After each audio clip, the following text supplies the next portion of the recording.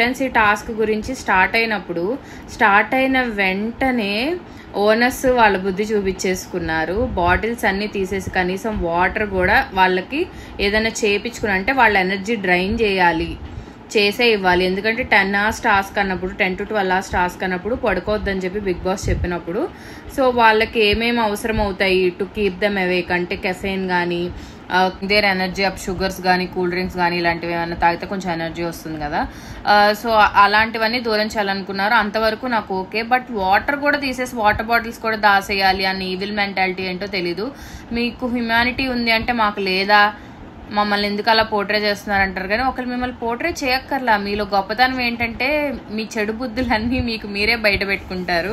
ముఖ్యంగా అందులో ఉండేది ప్రియా, శ్రీజ, వీళ్ళకే వస్తాయి ఇలాంటి ఆలోచనలు. అబ్బాయిలన్నా కొంచెం సెన్సిబుల్గా ఉన్నారు, కానీ పిల్లలిద్దరు ఏం చెప్పాలో అర్థం కాదు వాళ్ళ గురించి. నాగార్జున గారు ఈ వీకెండ్ ఖచ్చితంగా వాళ్ళకి గట్టిగా క్లాస్ తీసుకుంటే కానీ వీళ్ళు లైన్లోకి రారు. చాలా నెగిటివిటీ అండ్ ప్రతి విషయాన్ని పెద్ద చేసి చూడటం, ప్రతి విషయంలో అనవసరమైన డిస్కషన్స్ ఎక్కువ పెడుతుంటారు వీళ్ళిద్దరు. నాకైతే ఫస్ట్ నుంచి డే 1 నుంచి కూడా అనిపిస్తుంది. మీరు కనిపించాలనుకోవడం తప్పు కాదు, మరి మీరు కనిపించే పద్ధతి ఏదైతే మీరు చూస్ చేసుకుంటున్నారో అదైతే వర్కౌట్ అవ్వట్లేదు. అండ్ ఆల్సో వర్కౌట్ అవ్వడం పక్కన పెడితే అదే మీకు ఎదురుగా ఉంటుంది, అది మీకు అర్థం కావట్లేదు. సో ఎనీవేస్ కెప్టెన్సీ టాస్క్ అయితే స్టార్ట్ అయిపోయింది.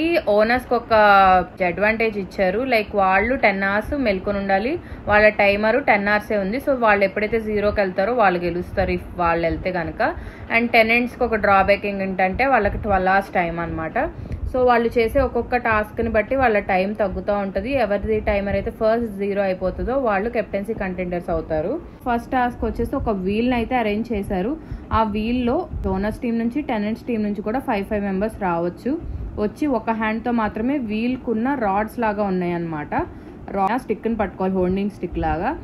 ఎవరు అయితే గనక 2 చేతులతో పట్టుకున్నా ఆర్ ఆ రాడ్ని పట్టుకోవడం వదిలేస్తే వాళ్ళు అవుట్ అయిపోతారు అన్నదే టాస్క్ స్టార్ట్ అయింది. తనుజ ఇంకా ప్రియ సంచాలక్గా ఉన్నారు. బిగ్ బాస్ అనౌన్స్ చేశారు వాళ్ళిద్దరు సంచాలక్ అని.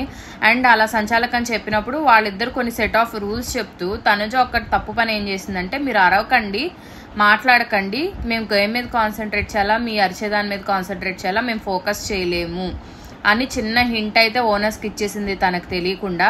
ఆ హింట్ని పట్టుకుని వాళ్ళు గేమ్ ఆడారు. బయట వచ్చేసి భరణి గారు, ఇమాన్యుల్ ఉన్నారు. వాళ్ళు మటుకు లాగుతున్నారు అనమాట అవతల టీం మెంబర్స్ని. అలా లాగుతూ శ్రీజాని, ఇటు ఫ్లోరా గారిని ఇద్దరిని లాగేశారు. వాళ్ళు బయటకు వచ్చేసారు. తర్వాత వీళ్ళు ఏం చేశారంటే తెలివిగా అరవటం స్టార్ట్ చేశారు. ఎవరైతే ఆడుతూ ఉన్నారో ఓనర్స్ టీం వాళ్ళందరూ అరవటం, తను వదిలేశాడు అంటే అసలు తనుజకి ఏం జరుగుతుందో కూడా అర్థం కాల. ప్రియా వాళ్ళు ఏది చెప్తే ఎవరు వదిలేశారని చెప్తే వాళ్ళు అవుట్